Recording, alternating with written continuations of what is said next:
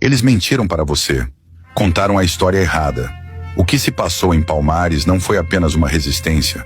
Foi uma guerra secreta, uma guerra silenciada, onde um rei africano comandou o maior levante negro da história do Brasil.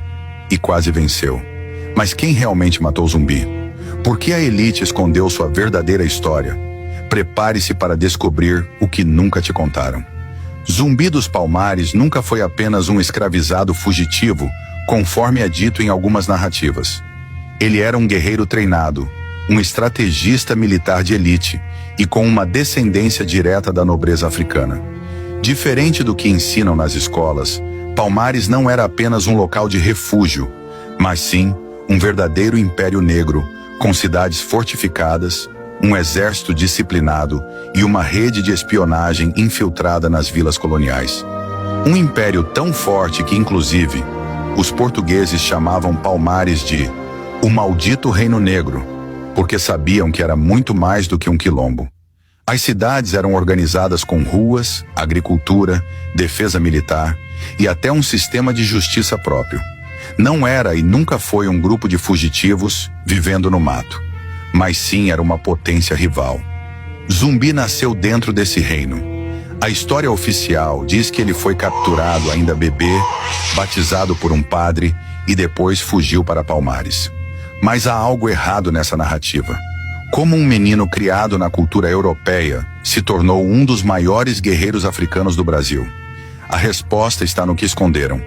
Zumbi foi treinado desde cedo nas artes da guerra por mestres africanos, aprendendo táticas de emboscada, guerrilha e rituais espirituais de proteção.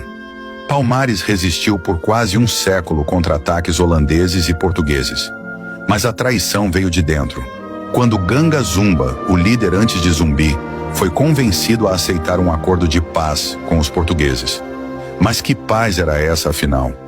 Acordo nenhum permitiria a existência de um reino negro livre dentro de um império escravista. A verdade? O acordo era uma armadilha para enfraquecer Palmares e matar todos os seus líderes. Zumbi não aceitou a farsa. Foi aí então que ele declarou guerra aos traidores e assumiu o comando. Desta feita, Palmares enfrentou a sua maior ameaça. Os bandeirantes mercenários, financiados por elites europeias, foram contratados para exterminar Zumbi. Esses caçadores de escravizados não eram apenas soldados, eram especialistas em guerra suja. Após um cerco brutal, os portugueses conseguiram invadir Palmares em 1694, mas não foi uma vitória fácil. Zumbi e seus guerreiros lutaram até o último homem, e algumas lendas dizem que ele conseguiu fugir. A história oficial afirma que Zumbi foi capturado em 1695, torturado e decapitado. Mas há registros obscuros que indicam que ele pode ter escapado para formar outro quilombo oculto, continuando a resistência no interior do Brasil. Isso explicaria por que sua cabeça foi exposta em praça pública, para convencer o povo de que ele estava morto e evitar novas revoltas. Mas se Zumbi morreu, por que o medo de Palmares nunca desapareceu? Por que documentos sobre sua real história foram queimados? Porque a verdade sobre Zumbi não podia ser contada jamais. Ele não foi apenas um rebelde. Ele quase destruiu o sistema escravista no Brasil. Mas e se eu te dissesse que até hoje tentam sujar o nome de Zumbi? Que os mesmos que destruíram Palmares tentaram transformar o herói em vilão. Nos arquivos coloniais portugueses, há uma mentira repetida ao longo dos séculos. A acusação de que Zumbi escravizava outros negros. Mas quem criou essa história? Os próprios colonizadores que queriam justificar o massacre de Palmares e impedir que negros livres tivessem um símbolo de resistência.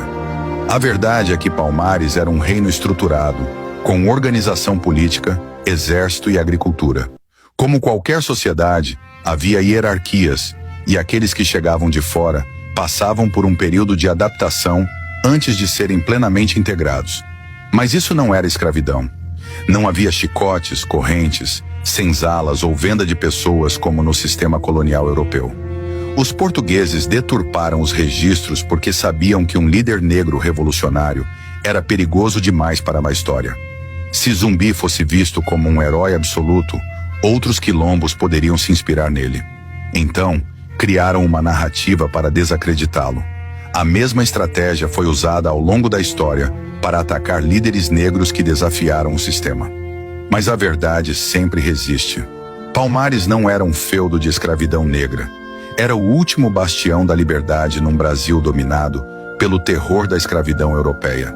E Zumbi não era um senhor de escravos. Era um rei guerreiro que lutou até o último suspiro para garantir que negros nunca mais fossem tratados como mercadoria. Agora que você sabe disso, cabe à sua consciência ancestral falar mais alto. Séculos se passaram, mas a luta de Zumbi ainda ecoa. Mas será que sua história foi completamente apagada?